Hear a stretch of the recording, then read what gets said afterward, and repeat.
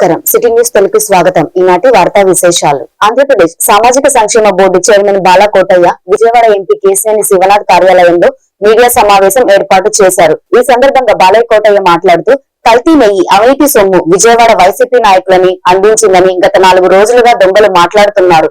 Red handed గా దొరికినా గానీ ఇంకా మాట్లాడుతున్నారు. దొంగలు మాట్లాడుతున్నారు కాబట్టే దొరలు మాట్లాడుతున్నారు అని అన్నారు. తిరుమలలో లడ్డూలో కల్తీ చేసి కూడా మాట్లాడుతున్నారు. దేవదేవుడు ఎంతో పవిత్రమైన పుణ్యక్షేత్రం. 150 కోట్ల మంది భక్తులు దేవుడు వెంకటేశ్వర స్వామి. తిరుమలలో 2 పవిత్రమైనవి ఉంటాయి. 1 స్వామివారి దర్శనం, 2 స్వామివారి ప్రసాదం లడ్డు. లడ్డూలో ఒక చుక్క నెయ్యి లేకుండా పూర్తిగా కల్తీ చేశారు. ఇది ఎవరో చెప్పింది కాదు, సాక్షాత్తు సుప్రీంకోర్టు వేసిన సిట్ అధికారులే తేల్చి చెప్పారు అని అన్నారు. గత 4 రోజులుగా ఆంధ్రప్రదేశ్ లో దొంగలు మాట్లాడుతున్నారు. ఏ నేరానికైతే పాల్పడ్డారో ఆ నేరగాళ్ళు మాట్లాడుతున్నారు. సిట్ దర్యాప్తులోను, ఏసీపీ దర్యాప్తులోను చేతులారా దొరికిన దొంగలు, రెడ్ హ్యాండెడ్ గా పట్టుబడిన దొంగలు ఈ తిరుపతి కల్తీ నెయ్యి లడ్డూ వ్యవహారం మీద మాట్లాడుతున్నారు. దొంగలు మాట్లాడుతున్నారు కాబట్టే దొరలు రావాల్సి వచ్చింది. వాళ్ళ సమాధానం చెప్పాలి. దొంగలకు దొరలు సమాధానం చెప్పకపోతే దొంగతనానికి చట్టపద్ధతి వచ్చేస్తుంది. అంటే దొంగతనం చేయొచ్చు ఈ రాష్ట్రంలో అని చెప్పేసి ఒక సంకేతం పోతుంది. మనకి తిరుపతి కొండ తెలుసు. ఆ కొండ మీద ఉన్న జరుగుతున్న ఒక కార్యక్రమం, ఆ లడ్డూని కల్తీ చేశారు. ఆ లడ్డూలో వాడాల్సిన స్వచ్ఛమైన నెయ్యికి బదులుగా పాలే లేదు. పాల చుక్క కనిపించని, వెన్న చుక్క కనిపించని నెయ్యి మీద తయారు చేసి లడ్డూలు తయారు చేశారు. ఇది ప్రభుత్వం చెప్పరా? ముఖ్యమంత్రి గారు, డిప్యూటీ మంత్రి గారు, లేదంటే మంత్రులు చెప్పిన అంశం కాదు. సాక్షాత్తు సుప్రీంకోర్టు ఆదేశాలతో నియమించబడిన సిట్ అధికారులు చెప్పిన అంశం. ఒక 5-6 నెలలు శ్రమించి రాష్ట్ర ఎల్లలు దాటి ల్యాబులు తిరిగి టెస్టులు చేసి లడ్డూలో కల్తీ జరిగిందని చెప్పిన మాట. మనం ప్రపంచంలో కోట్లాది మంది పూజించే కలియుగ ప్రత్యక్ష దైవం శ్రీ వెంకటేశ్వర స్వామి వారి పవిత్ర ప్రసాదం పైన చంద్రబాబు నీచమైన అబద్ధపు ప్రచారాలు చేశారని నియోజకవర్గ పార్టీ కార్యాలయం నందు మీడియా ద్వారా జగ్గయ్యపేట నియోజకవర్గ వైసీపీ ఇన్ఛార్జ్ తన్నీరు నాగేశ్వరరావు అన్నారు. జగ్గయ్యపేటలో వైసీపీ కార్యాలయంలో ఆయన మాట్లాడుతూ దేవుడి పేరుతో రాజకీయాలు చేస్తున్న చంద్రబాబు ఇలా ఎంతకాలం అబద్దాలు చెబుతూనే వాటి పునాదుల మీద బతుకుతారని ఆయన చురకలంటించారు. తిరుమల వెంకటేశ్వరుడితోనూ వారంతా నీచ రాజకీయం చేస్తున్నారన్న అసలు బోలే బావ డైరీకి పర్మిషన్ ఇచ్చింది చంద్రబాబు అని గుర్తు చేశారు. లడ్డూ తయారీకి వాడిన నెయ్యి మీద దుష్ప్రచారం చేసి కోట్లాది భక్తుల మనోభావాల్ని చంద్రబాబు, లోకేష్, పవన్ కళ్యాణ్ దెబ్బతీశారని, అందువల్ల వారి పాపాలు పండే రోజు దగ్గరలోనే ఉన్నాయని తెలిపారు. ప్రచారాలను తిరుపతి లడ్డూపై అసత్య ప్రచారాలు చేస్తున్న చంద్రబాబు మాటలను చేస్తున్న అసత్య ప్రచారాలను, తిరుపతి లడ్డూపై కూటమి చేస్తున్న అసత్య ప్రచారాలను, తిరుపతి లడ్డూపై కూటమి చేస్తున్న అసత్య ప్రచారాలను, తిరుపతి లడ్డూపై కూటమి చేస్తున్న అసత్య ప్రచారాలను ముఖం దగ్గరికి వచ్చి ప్రజలకి క్షమాపణ చెప్పాలి. ముఖ్యంగా హిందూ సమాజానికి క్షమాపణ చెప్పాలని చెప్పి మేము కోరుతా ఉన్నాం. ఈ సిట్టి నివేదిక వచ్చిన దగ్గర నుంచి కూడా కూటమి నాయకులు మొహం చాటేశారు. ఎక్కడ కూడా కూటమి నాయకులు తలెత్తుకొని మాట్లాడట్లేదు. మన ద్వారా పొరపాటు జరిగిందని చెప్పి గుర్తించారు. దానికి మీరు ప్రజలకు కూడా క్షమాపణ చెబితే మీరు రేపు రాబోయే రోజుల్లో బయట తిరగడం కుదురుతుంది. లేకపోతే ప్రజలు, హిందువులు, ముఖ్యంగా హిందువులు ఎక్కడికక్కడే మిమ్మల్ని నిలవరించి మీకు సరైన బుద్ధి చెబుతారని చెప్పి ఈ సందర్భంగా మేము తెలియజేస్తా ఉన్నాం. కుల వివక్షని రూపుమాపడానికి ఒక మంత్రిత్వ శాఖ నెలకొల్పాలని కుల వివక్ష వ్యతిరేక ప్రచార చైతన్య సంఘం సలహాదారునిగా మాదిగాని గురునాథం కేంద్ర ప్రభుత్వానికి విజ్ఞప్తి చేశారు.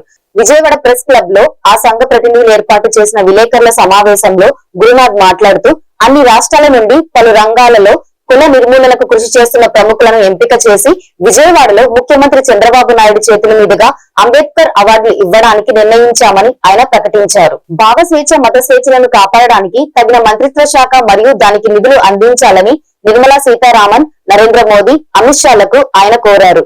ఈ కార్యక్రమంలో మాదిగాని గురునాథం, పరిషపోగు రాజేష్, లాజరస్ తదితరులు పాల్గొన్నారు.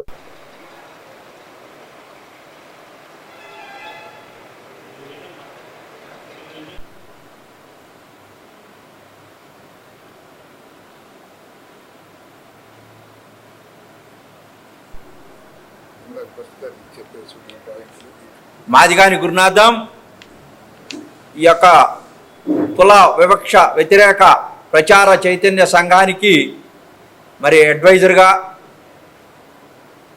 ఉన్న నేపథ్యంలో 2000 సంవత్సరంలో నారా చంద్రబాబు నాయుడు గారు, దేవేంద్ర గౌడ్ గారు, నరసింహులు గారు, శ్రీహరి గారు కలిపి ఈ యొక్క కుల వివక్ష వ్యతిరేక ప్రచార చైతన్య కార్యక్రమాన్ని ముందుకు తీసుకెళ్ళడం జరిగింది. వాళ్ళ కమిటీగా వేసి వారు గమనించారు, అంబేద్కర్ గారు రచించినటువంటి రాజ్యాంగం ఇన్ని సంవత్సరాలైనా కూడా ఎక్కడా ఈక్వాలిటీ లేదు, ప్రపోర్షనేట్గా irrespective of caste and colour and creed and culture అని పెట్టుకున్నటువంటి నేపథ్యంలో కేవలం కులమే ప్రధానంగా భూమిక పోషిస్తూ ఉంది.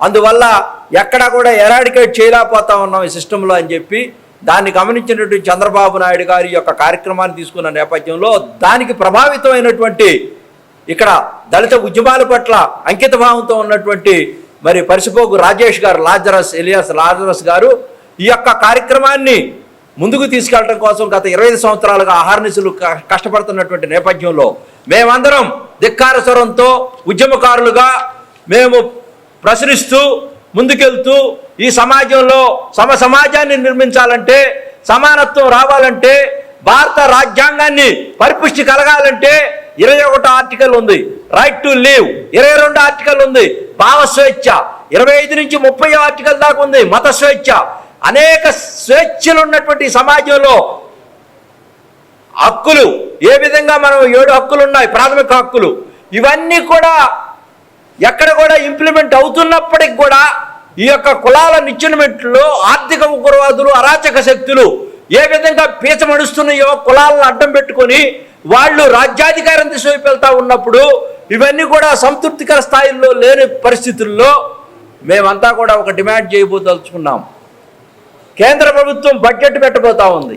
నిర్మలా సీతారామన్ గారికి, మోడీ గారికి, అమిత్ షా గారికి మేము ఒకటే చెప్పదలుచుకున్నాం, అయ్యా ఈ యొక్క కుల వివక్షత అనేది వేళ్లతో కూరుకుపోయి వేళ్ళు కింద వెళ్ళిపోయి దీన్ని కూకటి వేళ్లతో పీకలేనటువంటి పరిస్థితుల్లో ఇప్పుడు ప్రభుత్వాల్లో ఒక కమిషన్ అవసరము, రాజ్యాంగబద్ధమైనటువంటి కమిషన్ దీని మీద ఒకటి అవసరం. మధ్యమత్తులో కారును బీభత్సం చేసి ఢీ కొట్టిన కారు నడిపిన వాహనదారుడి వివరాల్లోకి వెళ్తే సీతాపురం సిగ్నల్ అంజనీ హోటల్ దగ్గర ఈ ఘటన చోటు చేసుకుంది. వాహనదారుడు మద్యం సేవించి తాగిన మైకంలో యాక్సిడెంట్ చేయడం జరిగింది. కారుకి ఇరువైపులా పూర్తిగా డ్యామేజ్ కావడం జరిగింది. అలాగే డ్యామేజ్ అయిన ఈ యాక్సిడెంట్ అయిన వాహనదారులను పోలీసులకు కంప్లైంట్ ఇవ్వడం వల్ల పోలీసులు వారు ఘటనా స్థలానికి చేరుకొని ఆ ఒక్క వాహనాన్ని మరియు అందులోని మద్యం సేవించిన వ్యక్తిని, వాహనదారులను అదుపులోకి తీసుకొని దగ్గరలో ఉన్నటువంటి పోలీస్ స్టేషన్ లో సత్యనారాయణపురానికి తరలించారు.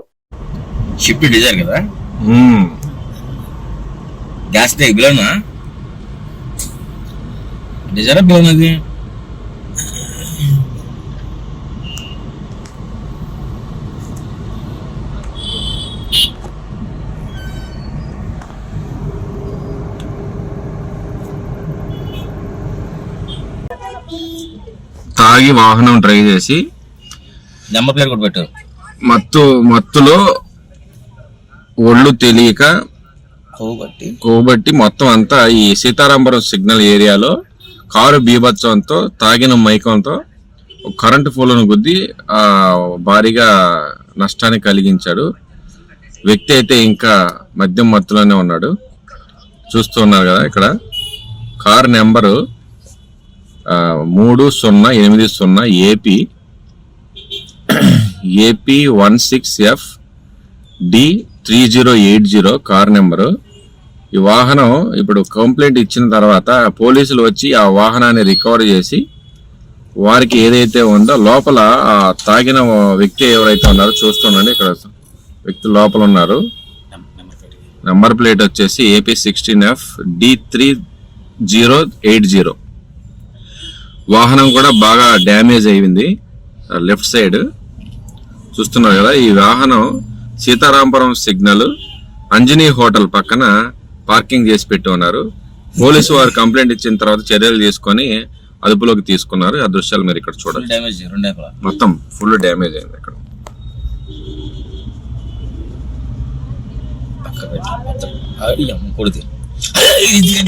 అదే కారు మళ్ళీ కుదిరండి పెట్టు. ఇదే కారుకి మళ్ళీ ద్విచక్ర వాహనదారులు మళ్ళీ డాష్ ఇవ్వడం జరిగింది. తాగేసి మళ్ళీ కుదిరాను.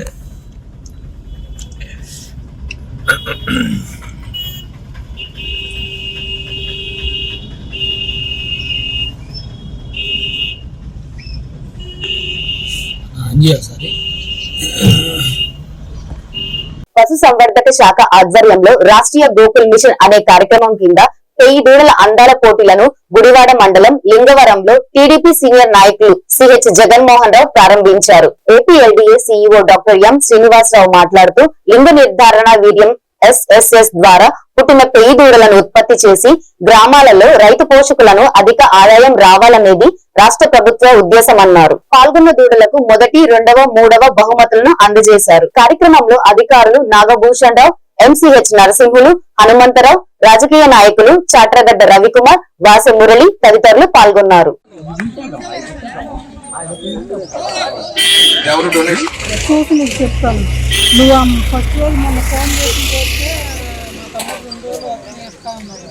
శ్రీ కానుమోలు ఓంకార్ గారు.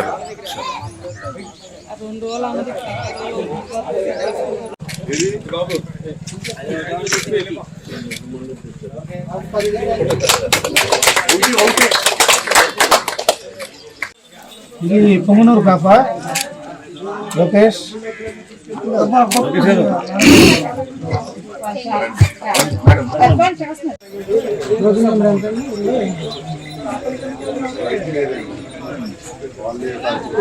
సోదరులందరూ కూడా వారి వారి దూడల్ని ఒక వరుసలో పెట్టుకొని ఉండవలసిందిగా కూర్చున్నాం.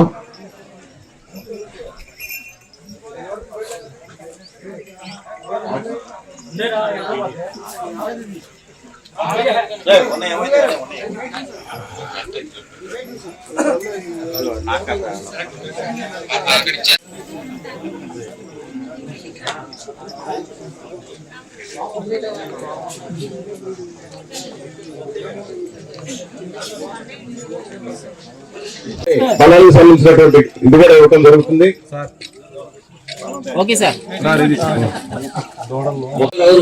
శ్రీమతి నంద్యాల రాధికా గారి పేరు మీద ఇవ్వడం జరుగుతుంది.